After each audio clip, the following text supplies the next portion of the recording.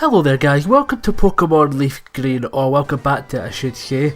We're still in the post game and we're off to catch another legendary Pokemon. In the last video we went to the power plant and caught Zapdos, who we could have done ages ago the moment we got Surf.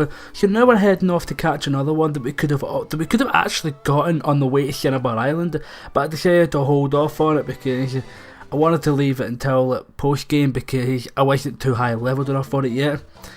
But anyway, here we are on the Seafoam Islands, which I haven't explored yet. On an original save file before I went to Cinnabar, I originally did explore it. But I just decided against it and waited till the end of the game. I'm doing solo commentary myself here because the game is almost over and we're about to finish it. The last videos are literally going up this week.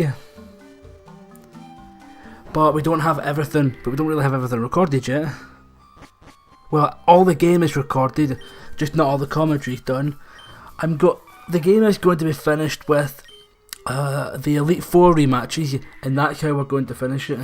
And me and Lombre are going to be doing the co-commentary on that. So after we caught the Zapdos, we never had time to actually do any more, which is why I'm doing this one and the next two videos solo commentary. This isn't live commentary, this is post commentary. That's just why I'm saying this right now. But here we are on Seafoam Islands. It's one of these strength puzzles. You just have to push the boulders down the holes, and that's pretty much it. There's also a lot of items along the way. The first item we got in the first floor is an ice heal, just like Mount Ember when we got a burn heal. And we found a revive there, and I think we got another item there, but look at the screen. But yeah, this has been a long road. Part 53 this says, I believe. Yes, I'm just looking at the video feed, part 53. This is not a long video. This wound up going a lot quicker and smoother than I anticipated it. You mainly have to push these boulders in order to actually progress, because when these go down the holes, which you can actually go down the holes if you want to progress yourself, but I'm trying to jump back and forth between each side so that I can get all the items along the way. Got a big pearl, and also do the puzzle from both ends. Waterstone, there we go. Don't go chasing waterfalls because you have a waterstone, which is pretty impressive. Yeah, but see that water right there? That water has fast current and you can't surf on it. You need to push the boulders down the holes, like that one right there, so you can block the current and be able to push him to the hole.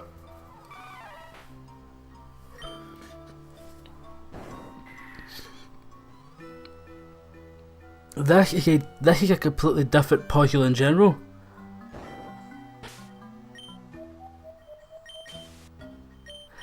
And I think at this point I just realised that I screwed up. No, did I? No, I didn't. Okay. I thought I screwed up there. You only need two boulders here because this is a completely separate puzzle. Oh shit, no.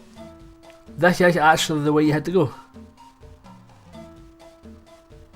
So the other one is just the way in. And there is the legendary bird. Make sure you save before it. I was catching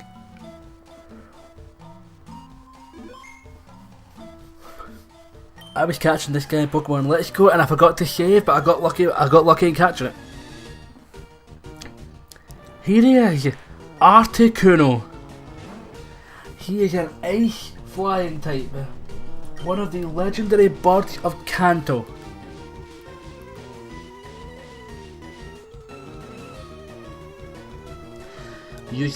I'm using Snorlax because of thick fat. Same strategy with Moltres. He has thick fat, so I'm able to at least resist any ice moves.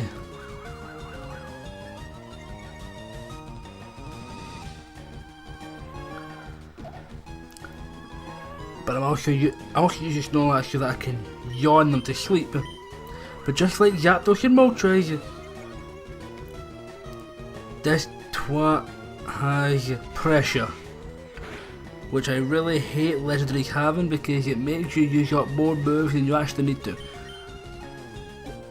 Articuno is actually the more defensive of the three legendary birds, specialising in defence and special defence, but mostly special defence. So kinda makes me believe that if he got maxed IVs, despite being weak to fire, he might not die to one fire hit.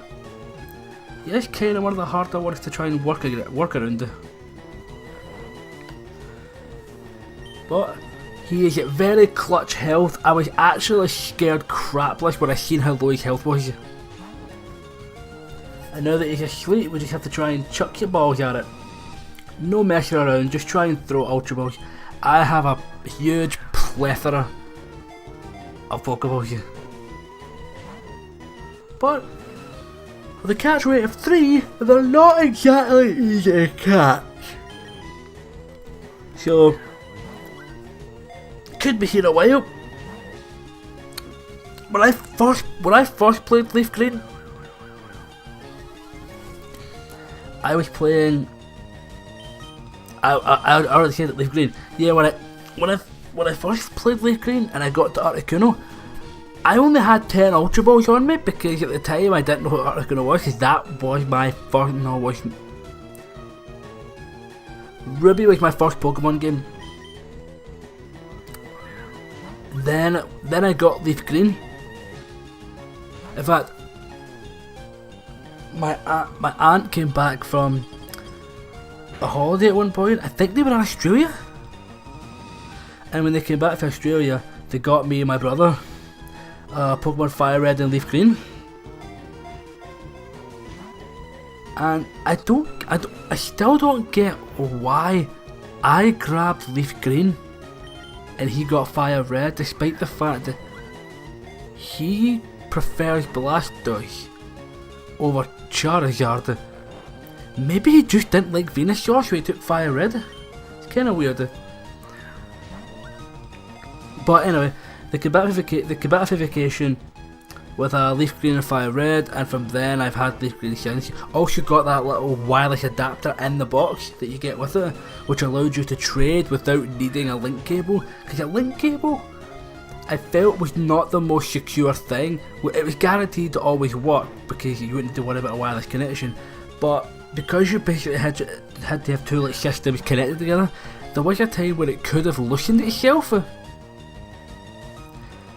which kinda made it frustrating a little bit, because you could have loosened itself and then you lose connection. Basically, with a wireless adapter, you could be close to each other for the trade or battles, but you don't have to worry about how hard you move, like how secure you need to hold your Game Boy, because it won't let loosen.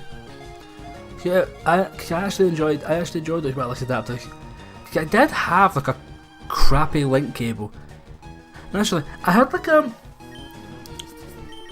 I had like a multi-link cable, like it was a 3-link cable or something.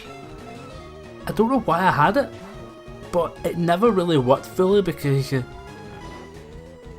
was a 3-link cable and we had 2 systems.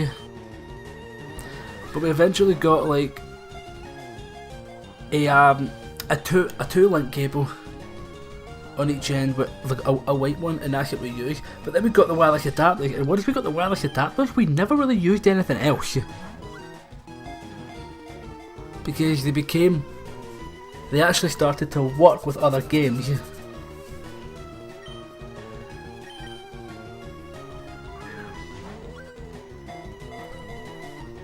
And then of course Pokemon Emerald came out.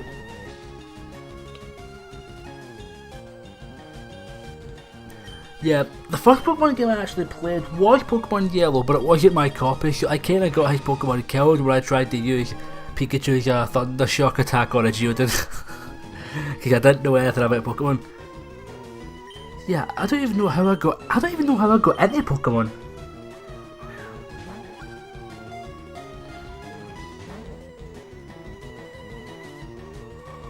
I'm trying to think. Because when I was a kid, I used to play with Beyblades, yeah.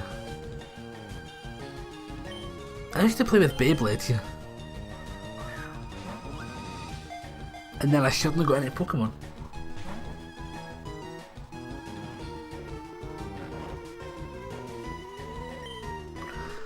I mean, me and my friends in primary school,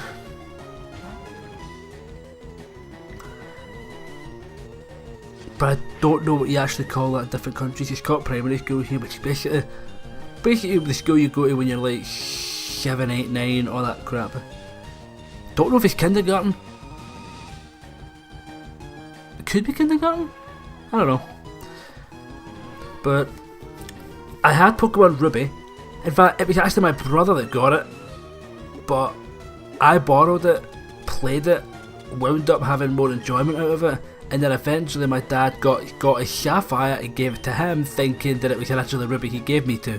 So I technically stole Pokemon Ruby by complete accident and made it my own. And when I had Pokemon Ruby, I showed it to one of my friends that I don't really hang out with anymore. And he found enjoyment out of it. And then he went and got himself Sapphire. And we kind of played together at school. Okay, this was way before my brother actually had a copy. I can't remember when he got Sapphire.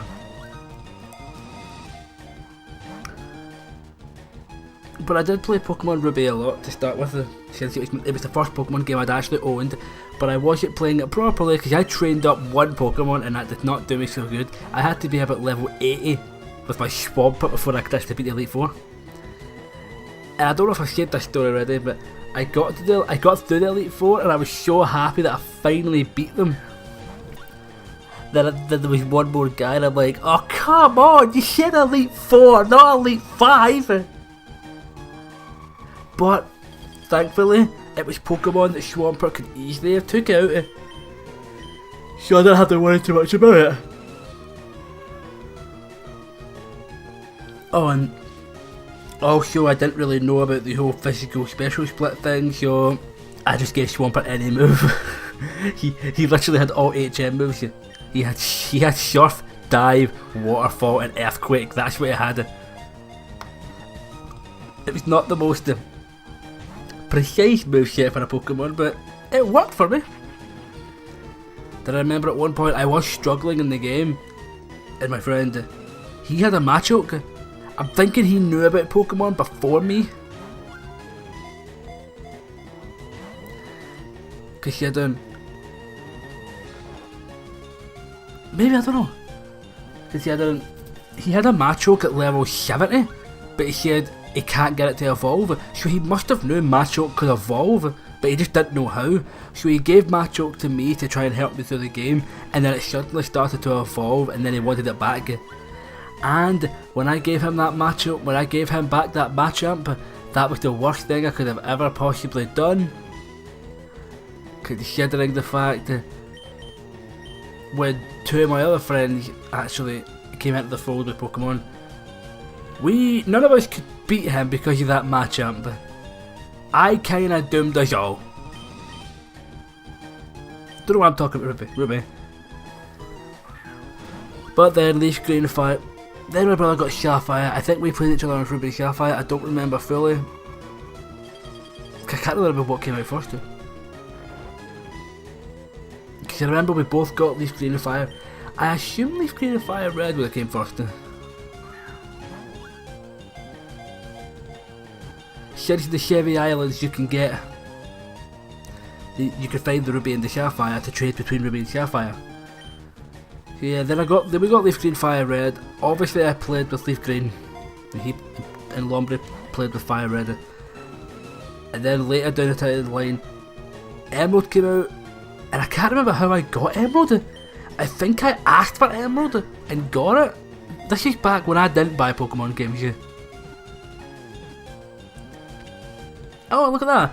Perfect time and I caught Articuno.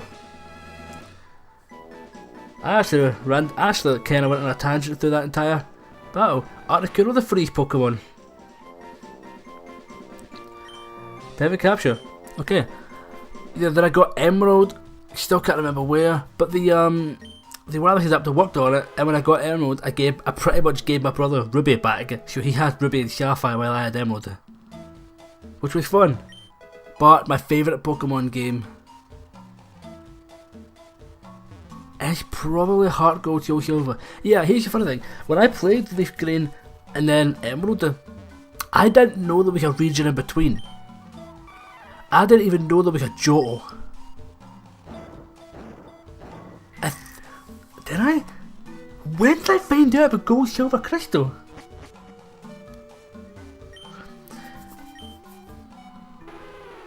Okay, anyway, Heart Gold, Soul Silver got released, and I got it obviously, and that was honestly my favourite game. I can't remember when it was. I think it might have been a Heart Gold. I think that might have been the first time I actually started building a proper team.